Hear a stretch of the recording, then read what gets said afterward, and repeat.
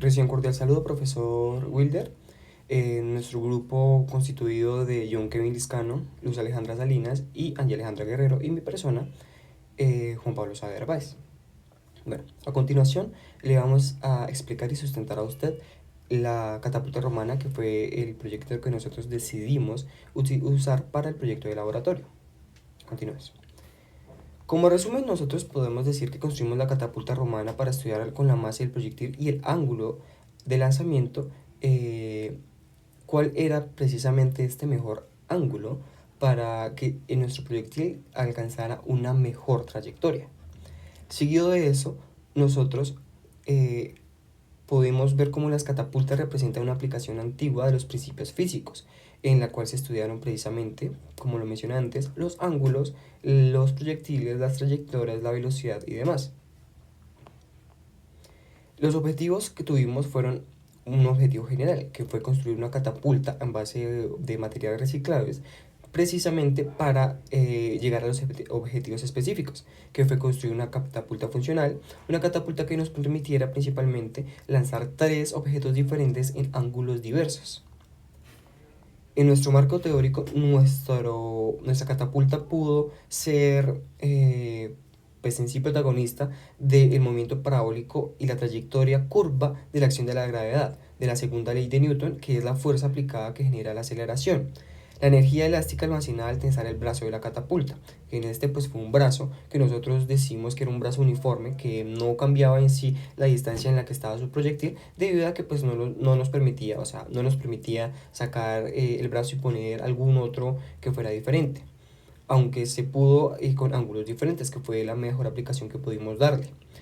Luego fue esto en nuestro marco de aplicación, hallar un ángulo específico y un ángulo adecuado, que fue más o menos un promedio de 45 grados, y más adelante podríamos decir que nuestro ángulo de mayor eficiencia fue un ángulo de 35 grados aproximadamente. En nuestra metodología, la catapulta construida con madera y materiales reciclados, en la cual se utilizaron 3 masas, 3 ángulos diferentes, y pudimos hallar las distancias y velocidades de cada una. Cada masa fue lanzada 3 veces precisamente para que podamos evidenciar las distancias, velocidad y velocidad mayor alcance vertical. En nuestro tratamiento de datos se calculó la distancia promedio del conjunto de los lanzamientos. Se estimó la velocidad inicial usando las fórmulas de movimiento parabólico y se organizaron los datos en tablas para poder ser de mayor comprensión. En nuestro análisis de resultados, pudimos decir ya haciendo todos nuestros cálculos y viendo cuál fue la mejor distancia que nos pudo proporcionar precisamente la experimentación, fue que el ángulo de 35 grados produjo el mayor alcance para las masas pequeñas y medianas. La masa mediana fue la más eficiente precisamente porque su peso lo permitía, y en este ángulo llegó más o menos a una distancia de aproximadamente 20 a 22 metros. A continuación pues vemos las tablas, en la cual vemos acá directamente los resultados del lanzamiento de los proyectiles con diferentes masas y ángulos. En esta tabla vemos la velocidad inicial, que es la que se lanza. Velocidad inicial, su misma palabra lo dice, que está al final precisamente, la masa pequeña, con el largo del brazo que fue en sí de 50 centímetros, un ángulo de lanzamiento que para todas variaba, o sea, en el mismo ángulo variaba, pero con las distancias y ángulos diferentes. Luego de eso tenemos la tabla de velocidad inicial versus ángulo de lanzamiento para proyectiles de masas medianas. Tenemos acá la tabla de velocidad inicial y ángulo de lanzamiento, que desde que tenemos el ángulo de lanzamiento más o menos de entre 15 prácticamente, porque lo tenemos acá, ángulo de entre 35 y ángulo de 50, tenemos la velocidad, como vemos que la velocidad va bajando dependiendo del ángulo. En nuestra tabla de velocidad inicial versus ángulo de lanzamiento para proyectiles en la masa pequeña, podemos más o menos ver cómo actúa de la misma forma, pero varía siempre también su velocidad y ángulo un poco, no tanto, pero sí de una forma o sea, que sí también es notable.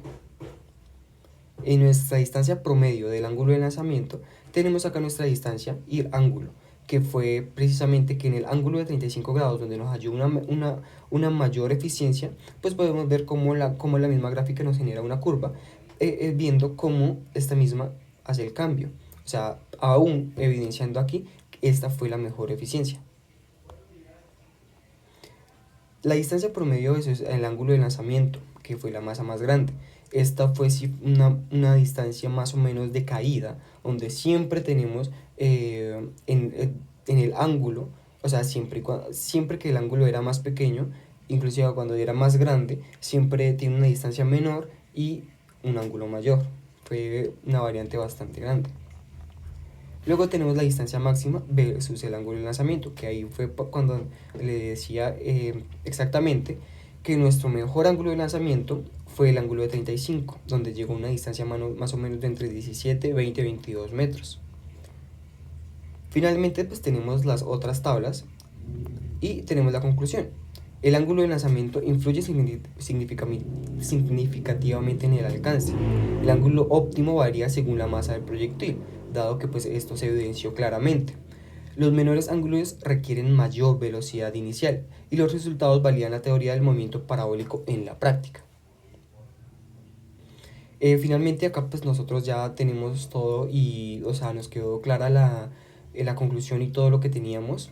Fue bastante notable cómo la práctica de esta catapulta nos sirvió precisamente para entender precisamente estas velocidades, este ángulo e inclusive ese tiro parabólico que se ejerce